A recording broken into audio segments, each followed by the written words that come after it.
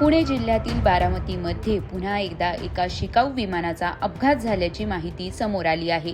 बारामतीच्या एअरफील्डवर प्रशिक्षण सत्रादरम्यान धावपट्टीवरून वळण घेत असताना हे विमान घसरल्याची प्राथमिक माहिती समोर येत आहे।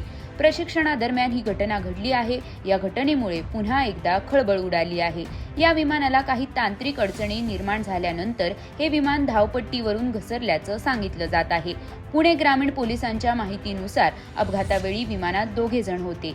मात्र या अपघातात कोणालाही दुखापत झाली नसल्याची माहिती देण्यात आली आहे। या संदर्भातील वृत्त ANI ने दिलं आहे।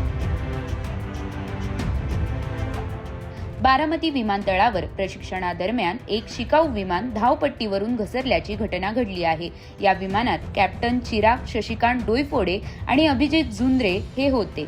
या अपघातात कोणालाही दुखापत झाली नसल्याची प्राथमिक माहिती समोर आली आहे, अशी माहिती पुणे ग्रामीणचे पोलीस अधीक्षक संदीप सिंग गिल यांनी दिली आहे। दरम्यान बारामती विमानतळ परिसरात शिकाऊ विमानाचा अपघात झाल्याची घटना घडल्याची माहिती समजताच तात्काळ विमान प्रशासनाचे अधिकारी, स्थानिक प्रशासनाचे अधिकारी, पोलीस आणि आपत्कालीन यंत्रणांचे अधिकारी घटनास्थळी पोहोचले असून मदत कार्य सुरू आहे। या घटनेत कोणतीही जीवितहानी झालेली नाही। उस बारे में जैसा हमको पता चला वैसा हम इधर एयरपोर्ट पे आए हैं। यहाँ पे हमने जाके देखा है तो वहाँ पे कारवार एविएशन के वाटर टैंगो CR जो विमान है उसका ट्रेनिंग जो पायलट है विमान चालक कैप्टन चिराग डोईफोडे और कैडेट अभिजीत झुंड्रे ये अभ्यास के लिए वो रन पे वो ये कर रहे थे, प्रैक्टिस कर रहे थे। लगभग 12:09 बजे विमान का वो प्रैक्टिस कर रहे थे।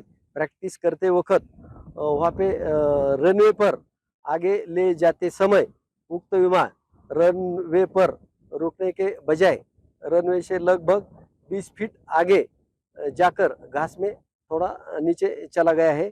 उक्त घटना में विमान क्रैश नहीं हुआ है और विमान को किसी प्रकार का नुकसान नहीं हुआ है तथा विमान से सवार किसी भी व्यक्ति को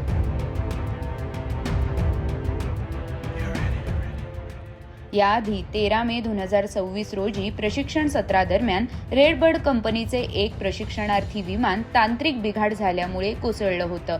विमान हवेत असताना समस्या निर्माण झाली होती आणि त्यानंतर हे प्रशिक्षणार्थी विमान कोसळलं होतं। या घटनेत कोणतीही जीवितहानी झाली नव्हती। ही घटना घडल्यानंतर पोलीस कर्मचारी आणि प्रशासकीय अधिकाऱ्यांनी घटनास्थळी पोहोचून मदत कार्य केलं होतं।